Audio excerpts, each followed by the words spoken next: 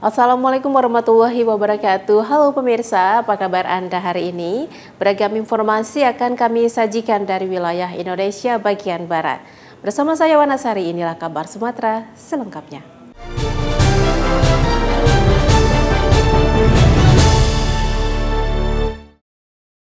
Kabar pertama kami awali dari Sumatera Selatan, pemirsa. Sebagai kabupaten yang sedang berkembang pesat di Provinsi Sumatera Selatan, Oku Timur kini menjadi tujuan destinasi wisata baik domestik maupun internasional.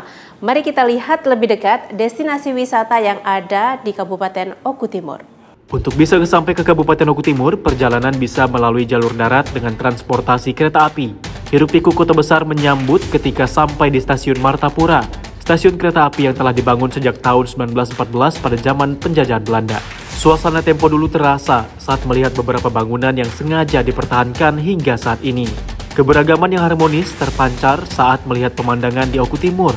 Sebagai salah satu wilayah administratif di Sumatera Selatan, Oku Timur termasuk satu wilayah yang dihuni oleh masyarakat dengan latar belakang budaya yang beragam. Inilah yang menjadi ciri khas kehidupan yang mungkin tak ada di tempat lain.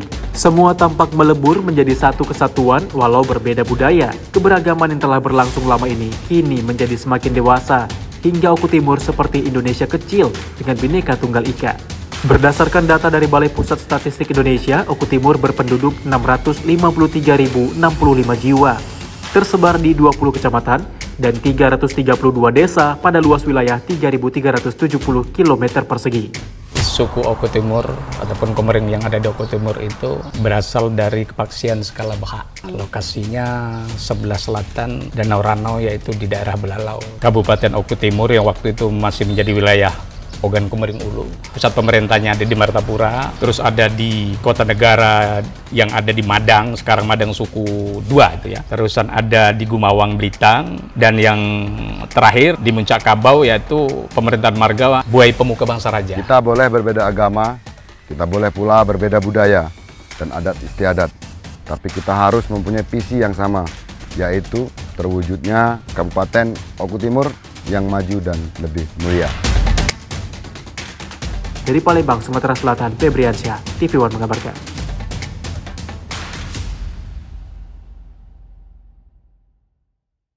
Berdasarkan pemikiran dari kalangan akademisi, diketahui bahwa dalam waktu 40 tahun ke depan, Indonesia akan kehilangan generasi penerus petani.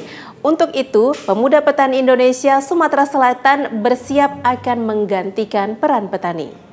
Wakil Ketua Dewan Perwakilan Rakyat Daerah Kota Palembang, Azanu Getar Nusantara, menerima audiensi Pemuda Tani Indonesia Sumatera Selatan. Penyambutan para pengurus Pemuda Tani Indonesia Sumsel ini berlangsung di ruang Banmus pada 7 Januari 2023 kemarin.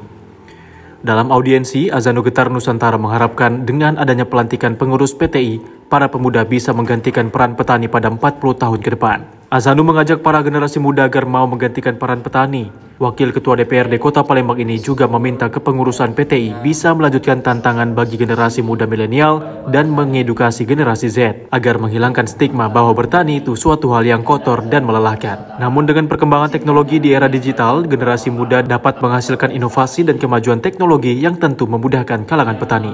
Mengingat sektor pertanian merupakan usaha yang menjanjikan dan selalu dibutuhkan. Pak Azanu, kami sangat mengapresiasi selaku akademisi. Ini perlu kita tindak lanjuti dan motivasi pemuda-pemuda kita terutama di Sumatera Selatan untuk lebih bergiat lagi di bidang pertanian, dan insya Allah akan terpatahkan bahwa 40 tahun lagi petani itu akan hilang. Insya Allah dengan ada kegiatan ini akan tetap berlanjut. Ya, itulah tantangannya. Bagaimana kita mengajak para generasi muda, di mana stigma yang ada saat ini bahwa diprediksi 40 tahun lagi seperti yang disampaikan oleh Bapak dari akademisi tadi, Pak dosen kita, 40 tahun lagi Indonesia ini tidak ada generasi muda yang mau menggantikan peran sebagai petani. Dari Palembang, Sumatera Selatan, Febriansyah, TV One mengabarkan. DPRD Kota Palembang menggelar rapat paripurna masa persidangan pertama tahun 2023. Perwakilan Dapil 1-6 menyampaikan hasil reses aspirasi masyarakat agar dapat ditindaklanjuti oleh pemerintah Kota Palembang. Dewan Perwakilan Rakyat Daerah Kota Palembang melakukan pembukaan rapat paripurna masa persidangan 1 tahun kerja 2023. Dalam penyampaian perwakilan Dapil 1-6 menjelaskan hasil reses aspirasi masyarakat kepada pemerintah Kota Palembang. Dari penyampaian perwakilan Dapil, permasalahan infrastruktur masih jadi prioritas utama. Selanjutnya pemasangan lampu jalan, pembangunan drainase, dan pembersihan sampah. Dari aspirasi yang disampaikan oleh 6 Dapil, pemerintah Kota Palembang diharapkan dapat melakukan pemerataan sarana dan infrastruktur. Ketua DPRD Kota Palembang Zainal Abidin yang ditemui selesai rapat paripurna meminta Pemkot Palembang segera merealisasikan dan menindaklanjuti melalui OPD terkait penyampaian hasil reses yang dilakukan oleh DPRD Kota Palembang masing-masing dapil. Masih di infrastruktur terkait dengan yang disampaikan oleh teman-teman di dapil, kemudian masalah kesehatan, juga ada sebagian persampahan. Kemudian ada beberapa titik lampu yang masih banyak yang mati, itu mungkin menjadi prioritas yang kami harapkan kepada pemerintah Kota Palembang untuk ditindaklanjuti dan direalisasikan. Sementara Wakil Wali Kota Palembang Fitrianti Agustinda menjelaskan jika dinas terkait telah mengikuti rapat paripurna dan juga ikut langsung dalam reses Dewan akhir Desember lalu. Kita sudah sama-sama mengikuti paripurna, kawan-kawan anggota Dewan sudah menyampaikan 6 dapil ya, menyampaikan hasil reses. Apa yang sudah disampaikan sebenarnya kami pemerintah Kota Palembang sudah mengikuti dan sudah tahu betul bahwa apa yang sudah disampaikan itu adalah mewakili aspirasi dari masyarakat ya. Ngantornya saya di beberapa kecamatan, ngantornya saya di beberapa kelurahan itu tidak jauh berbeda hasilnya daripada apa yang disampaikan reses kali ini. Dan tentu saya berharap kawan-kawan OPD yang memang sudah disampaikan secara khusus pada saat reses ini segera betul-betul bisa menindaklanjuti. Dari Palembang, Sumatera Selatan, Febriansyah, TV One mengabarkan. Wakil Ketua DPRD Kota Palembang, Azanul Getar Nusantara, resmi menjabat sebagai Ketua Dewan Pimpinan Daerah Pemuda Tani Indonesia Provinsi Sumatera Selatan. Pelantikan Ketua DPD PTI Sumsel dan para pengurus DPC 17 se-kabupaten kota bertema Transformasi Peran Pemuda Tani Indonesia dalam Pemantapan Teknologi menuju Sumsel Mandiri Pangan. Dewan Pengurus Pemuda Tani Indonesia resmi melantik DPD PTI Provinsi Sumatera Selatan pada Jumat 13 Januari 2023. Pelantikan Ketua DPD dan para pengurus DPC PTI 17 Kabupaten Kota se-Sumatera Selatan ini berlangsung di Geraha Bina Praja Pemprov Sumatera Selatan pada Jumat pagi. Acara kegiatan tersebut bertema Transformasi Peran Pemuda Tani Indonesia dalam Pemantapan Teknologi menuju Sumsel Mandiri Pangan. Pelantikan DPD PTI Sumsel ini dihadiri oleh Gubernur Sumatera Selatan Herman Deru, Ketua DPRD Kota Palembang Zainal Abidin, termasuk para pengurus di DPP PTI Indonesia. Pelantikan DPD PTI Sumsel dilakukan oleh Wakil Ketua Umum DPP Pemuda Tani Sabam Raja Guguk. Ketua DPD PTI Sumsel Azanul Getar Nusantara mengatakan kegiatan ini merupakan rangkaian pelantikan DPD PTI Sumsel yang dihadiri langsung oleh jajaran pengurus DPP PTI dan Gubernur Sumatera Selatan untuk memberikan semangat dan motivasi. Ya, saya ucapkan selamat atas telah dilantiknya Pemuda Tani Indonesia untuk kepengurusan Provinsi Sumatera Selatan. Mudah-mudahan dia akan menjadi mitra petani, juga mitra pemerintah di dalam memakmurkan petani. Tentunya dengan telah dilantiknya kepengurusan DPD Pemuda Tani Sumatera Selatan, kami akan sesegera mungkin bersinergi dengan program-program yang sudah dicanangkan oleh Bapak Gubernur Sumatera Selatan, yaitu Gerakan Sumsel Mandiri Pangan.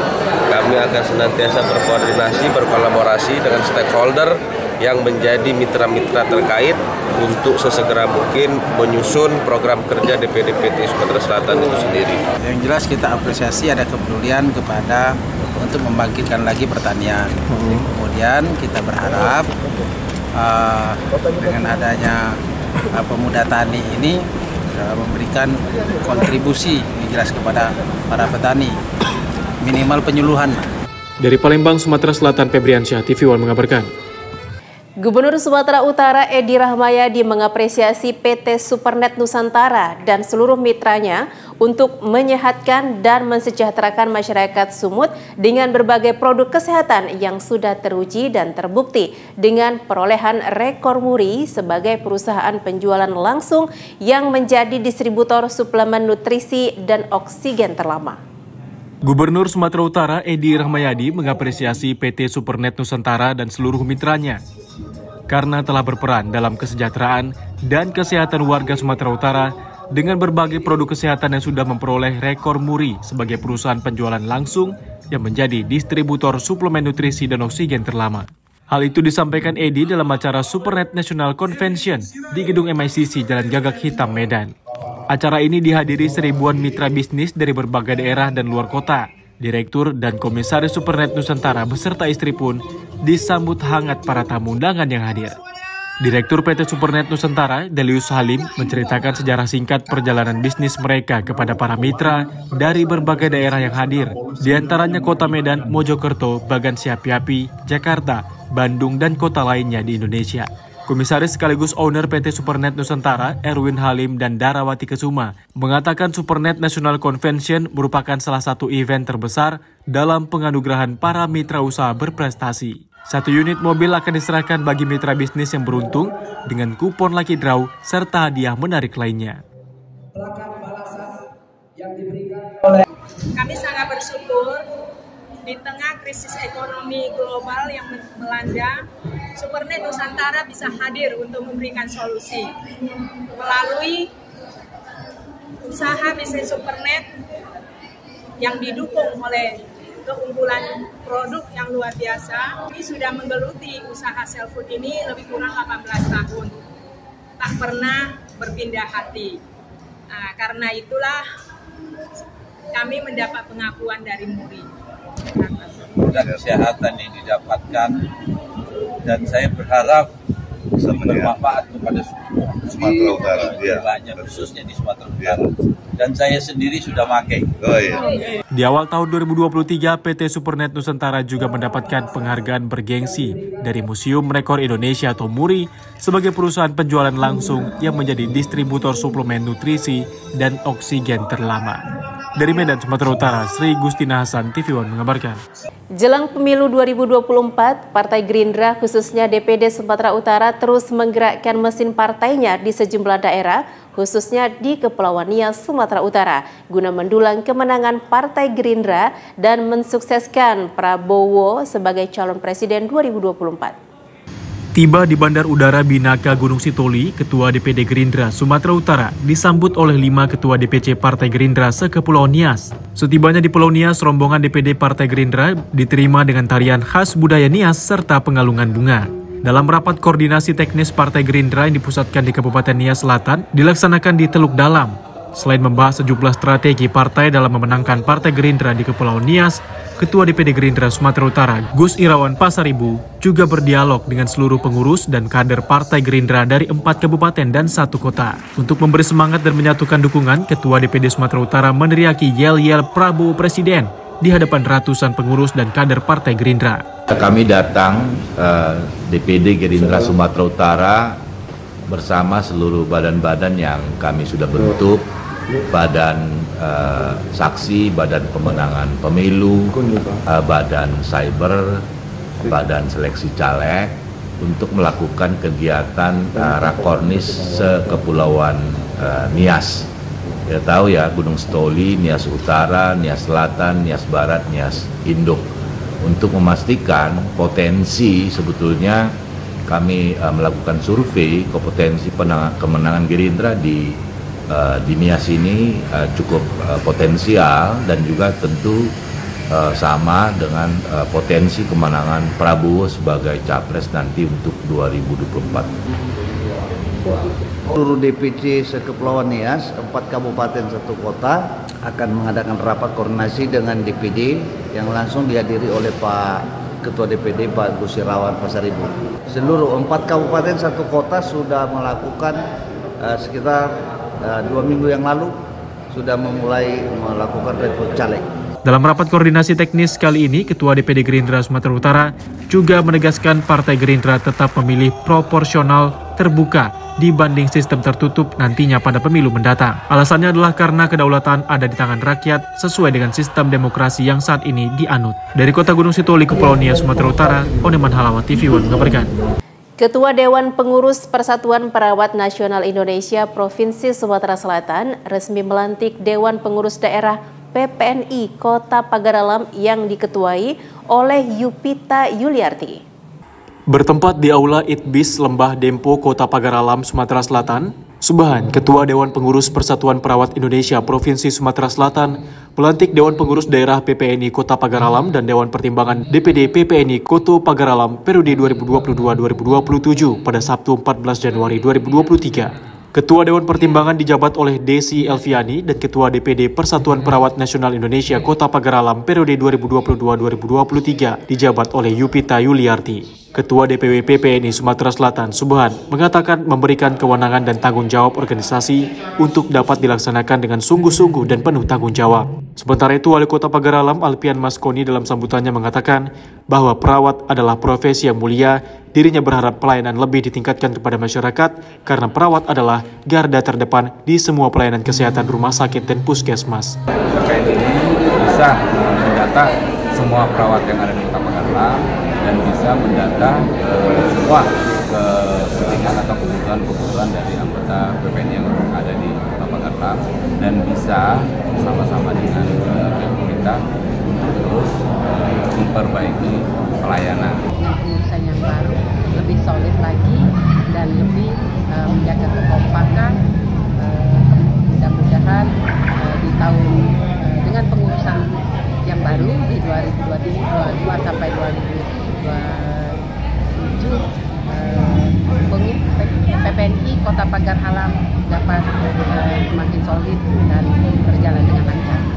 Untuk diketahui, total pengurus PPNI Kota Pagar Alam berjumlah 135 orang, serta anggota PPNI yang ada di Kota Pagar Alam sebanyak 418 orang. Dari Pagar Alam, Sumatera Selatan, Kiki Habibi, TV One mengabarkan.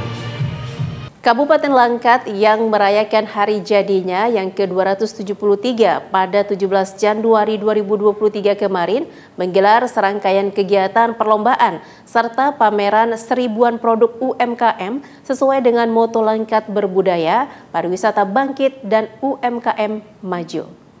Inilah serangkaian kegiatan yang dilaksanakan dalam rangka memperingati Hari Jadi Kabupaten Langkat, Sumatera Utara yang ke-273 pada 17 Januari 2023 di Alun-Alun Amir Hamzah, Stabat. Di antaranya perlombaan pembuatan bunga balai Melayu, berbalas pantun, karnaval pakaian adat, pemilihan putri desa sebagai duta UMKM, dan masih banyak perlombaan lainnya yang tetap mengedepankan budaya dan etnis di Kabupaten Langkat yang dimulai pada 15 hingga 17 Januari 2023. Pelaksana tugas Bupati Kabupaten Langkat, Syah Afandin, mengatakan ragam kegiatan yang dilaksanakan untuk memperingati Hari Jadi Kabupaten Langkat ke-273 sengaja dibuat dengan tema Langkat Berbudaya, Pariwisata Bangkit, dan UMKM Maju, bertujuan agar UMKM di Kabupaten Langkat bisa terus bangkit ke depannya. Perlombaan ini juga digelar dengan bernuansa Melayu, karena Kabupaten Langkat juga dikenal dengan negeri Melayu Langkat. Kita memang adakan perlombaan lebih kepada seni budaya. Kita tahu Langkat merupakan basis dari budaya Melayu. Itu di sini memang ada berbagai beragam-ragam kegiatan-kegiatan perlombaan yang kita pertandingkan. Ini juga dalam rangka visi dan misi kita untuk menunjukkan bahwa Langkat ini berbudaya, kemudian untuk membangkitkan pariwisata, serta kalau kita lihat UMKM juga kita hadirkan di sini karena kita memang berniat bagaimana UMKM ini bisa lebih maju. Pada puncak Hari Jadi Kabupaten Langkat 17 Januari lalu juga dihadiri Menteri Perdagangan Zulkifli Hasan dan Menteri BUMN Erick Thohir serta sejumlah artis ibu kota diantaranya Pasha Ungu, Eko Patrio, dan Uya Kuya. Tentu saja kehadiran dua menteri dan artis ibu kota menjadi perhatian warga yang hadir dan semangat menyambut kedatangan mereka. Bahkan PLT Bupati Langkat menyerahkan Balai Melayu kepada kedua menteri sebagai wujud penghormatan dan terima kasih warga Langkat atas kehadiran mereka. Diharapkan dengan ragam kegiatan perayaan Hari Jadi Langkat ke-273 bisa membangkitkan semangat warga Langkat untuk lebih maju, khususnya di bidang pariwisata dan UMKM.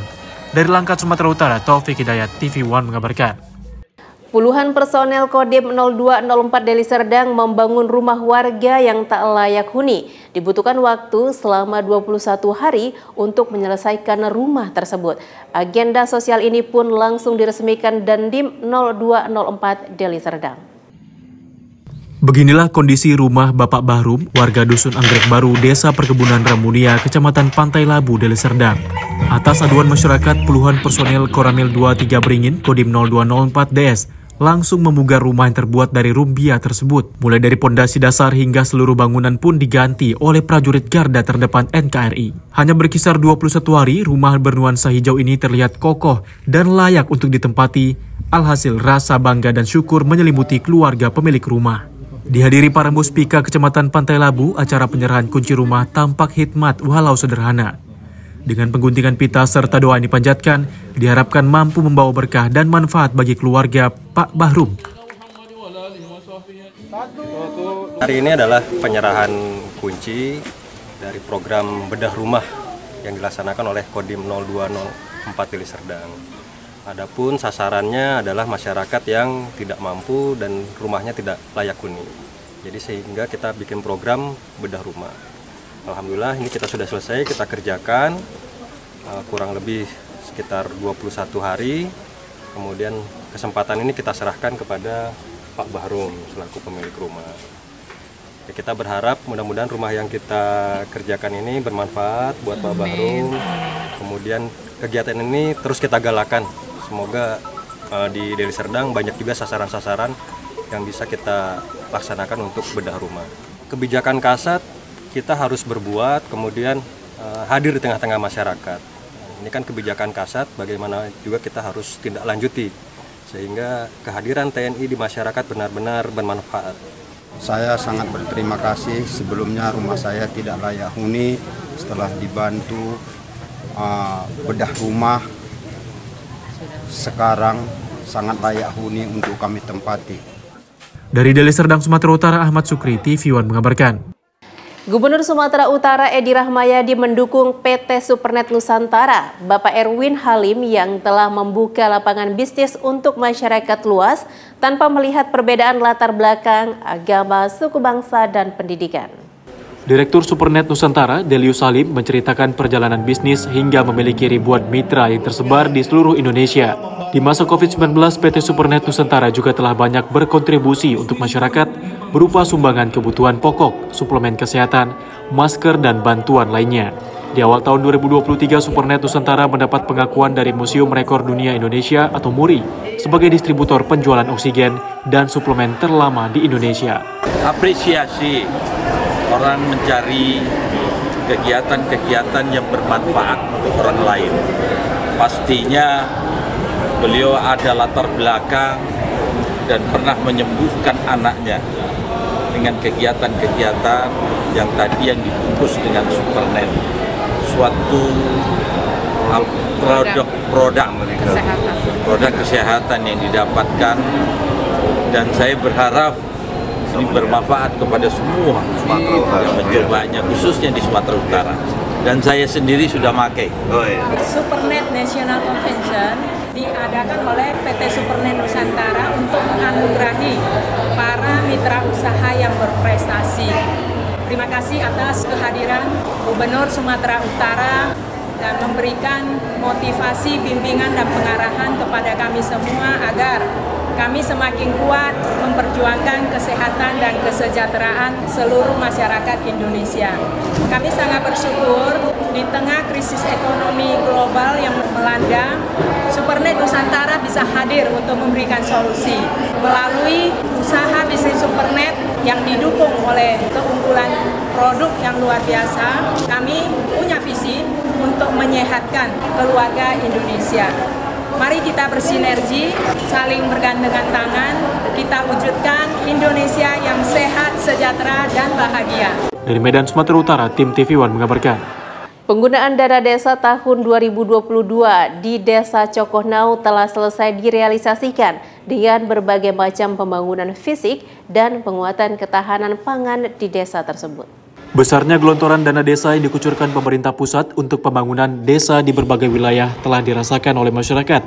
Salah satunya Desa Cokohnau, Kecamatan Sungai Are, Kabupaten Oku Selatan, Sumatera Selatan. Mulai dari pembagian bantuan langsung tunai hingga pembangunan fisik berupa jalan desa dan siring dengan panjang 190 meter, serta penguatan ketahanan pangan berupa tanaman jagung dan kolam ikan yang berada di desa mereka. Untuk anggaran tahun 2022, pemerintah desa setempat telah menyelesaikan realisasi sesuai dengan ketentuan dan peraturan dari pemerintah pusat. Masyarakat desa pun cukup puas dengan pembangunan yang ada di desa mereka. Seperti salah satu warga, Rahmadi, mengaku dengan adanya pembangunan jalan yang dilakukan pemerintah desa, dirinya mengucapkan terima kasih karena dapat mempermudah akses jalan menuju kebun mereka. Jadi yang pertama kami mengucapkan kepada seluruh pemerintah atau pemerintah pusat, pemerintah provinsi, pemerintah kabupaten, khususnya kepada kepala desa kami ataupun seluruh aparat desa. Kami telah dibantu oleh dana desa, yaitu seperti inilah yang kami lihat. Untuk tahun 2022 ini ada ketahanan pangan. Di situ kami mendapatkan bantuan yaitu dari ketahanan pangan seperti penanaman jagung dan itu kolam perikanan. Juga seperti jalan-jalan yang belum bisa kami lewati motor, yaitu alhamdulillah. Alhamdulillah di tahun 2022 ini kita sudah membangun 2 titik fisik, yaitu jalan menuju ke SD yang sudah kita lihat sama-sama tadi, kemudian siring sepanjang 120 meter di wilayah Dusun 1. Ketahanan pangan 20% BLT dan 20% ketahanan pangan. BLT sudah selesai dari 4 tahap, sekarang ketahanan pangan 60% ke arah pertanian jagung dan 40% ke perikanan yang terdiri dari 2 kelompok, dan jagung sebagaimana telah kita lihat di sana tadi, kemudian perikanan ini seperti yang kita lihat sama-sama di sini. Dari Oku Selatan, Sumatera Selatan, Andi Salani, TV One mengabarkan. Pembukaan jalan baru di Desa Tanjung Bulan Ulu, Kecamatan Pulau Beringin, Kabupaten Oku Selatan, Sumatera Selatan, sepanjang 2,5 km telah rampung dikerjakan. Dengan menggunakan anggaran dana desa tahun 2022, pemerintah Desa Tanjung Bulan Ulu, Kecamatan Pulau Beringin, Oku Selatan, melakukan pekerjaan pembukaan jalan baru, akses menuju perkebunan dan jalan lintas menuju desa tetangga. Jalan sepanjang 2,5 km dengan lebar 4 meter ini telah rampung dikerjakan dan diharapkan mampu membantu serta meningkatkan kesejahteraan masyarakat desa setempat. Dengan dibukanya akses jalan baru ini, masyarakat pun akan mudah untuk mengangkut hasil bumi milik para petani dan desa mereka.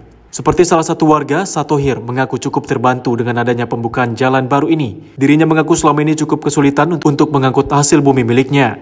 Dengan adanya pembukaan jalan ini, untuk mengangkut hasil bumi menjadi semakin mudah.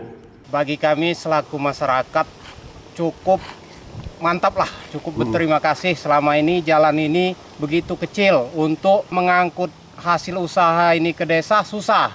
Jadi setelah ada pelebaran jalan ini, pembangunan jalan ini, semuanya termasuk lancar. Kepala Desa Tanjung Bulan Ulu berharap kedepannya pemerintah kabupaten dapat membantu untuk melakukan pengerasan jalan serta pembangunan jalan beton di areal jalan baru tersebut. Dan hasil dari musyawarah desa itu kita untuk tahun anggaran 2022 adalah pembukaan jalan sepanjang 2,5 km dan lebar 4 meter. Dan ini adalah dana desa tahun anggaran 2022. Sebagaimana tujuan pokok dari pembukaan akses jalan ini, yang pertama tentunya untuk mempermudah ataupun mempermurah ongkos angkut hasil pertanian kopi, karena di areal jalan yang kami bangun ini sebagian besar adalah perkebunan kopi terbesar di Desa Tanjung Bulan Ulu. Dari Oku Selatan, Sumatera Selatan, Andi Salani, TV One mengabarkan. Tembok beton Pasar Randik sepanjang 35 meter di Kota Sekayu, Musi Banyuasin, Sumatera Selatan roboh dan hancur akibat tersambar petir saat hujan deras. Saat ini kondisi pagar tembok pasar yang hancur mulai dilakukan perbaikan. Seperti inilah kondisi pagar tembok beton yang berada di Pasar Randik, Kota Sekayu, Musi Banyuasin, Sumatera Selatan yang roboh dan hancur. Tembok sepanjang 35 meter ini tersambar petir saat terjadi hujan deras di kawasan Kota Sekayu. Tembok yang dibangun melalui dana bantuan gubernur ini kondisinya hancur saat hempasan petir yang menghantam tembok pasar. Menurut seorang saksi mata yang merupakan pedagang ikan, kejadian sambaran petir sangat dahsyat sehingga membuat para pedagang yang sedang bersiap-siap untuk menjual ikan ketakutan. Sambaran petir menimbulkan api biru hingga terdengar robohnya tembok pasar. Warga pun beramai-ramai melihat kejadian robohnya pagar tembok Pasar Randik tersebut. Bapak tahu waktu kejadian itu? Tahu gimana? kuat banget petirnya. Kuat petirnya. Itu disertai angin atau gimana? Hujan deras? Belum. Habis petir yang nyamar gede, ada bunyi brok, baru hujan. Itu nyamber di pasar atau gimana itu? Nyamber di sini, ke sini. Tadi itu gitu. Saat ini pihak Dinas Perindustrian dan Perdagangan Musi Banyuasin langsung sigap memperbaiki tembok pasar yang hancur dengan kembali melakukan pembangunan akibat musibah bencana ini. Saksi mata yang menyaksikan kejadian tersebut yaitu pedagang yang pada malam itu pedagang merupakan pedagang ikan yang mau bongkar dagangannya karena cuaca petir yang bertubi-tubi, maka pedagang tidak berani bongkar muat barang ikan dari mobil ke tempat jualan. Kemudian pedagang ini istirahat di dekat lokasi kejadian ini. Begitu ada suara petir yang sangat besar, bersamaan juga pagar roboh. Nah, kemudian tidak selang lama pedagang cek ke lokasi robohnya pagar, memastikan bahwa pagar itu roboh. Selain sambaran petir yang mengakibatkan tembok pasar Randik hancur, juga terjadi sambaran petir di kawasan Desa Lumpatan, Kecamatan Sekayu. Satu rumah warga juga terbakar akibat sambaran petir pada hari yang sama. Dari Musi Banyuasin, Sumatera Selatan, Puja Kusuma TV One mengabarkan. Informasi tadi sekaligus menutup program Kabar Sumatera. Jangan lupa update berita terkini lainnya di kanal tv1news.com. Saya Wanasari dan seluruh kerabat kerja yang bertugas mengucapkan terima kasih. Assalamualaikum warahmatullahi wabarakatuh dan sampai jumpa.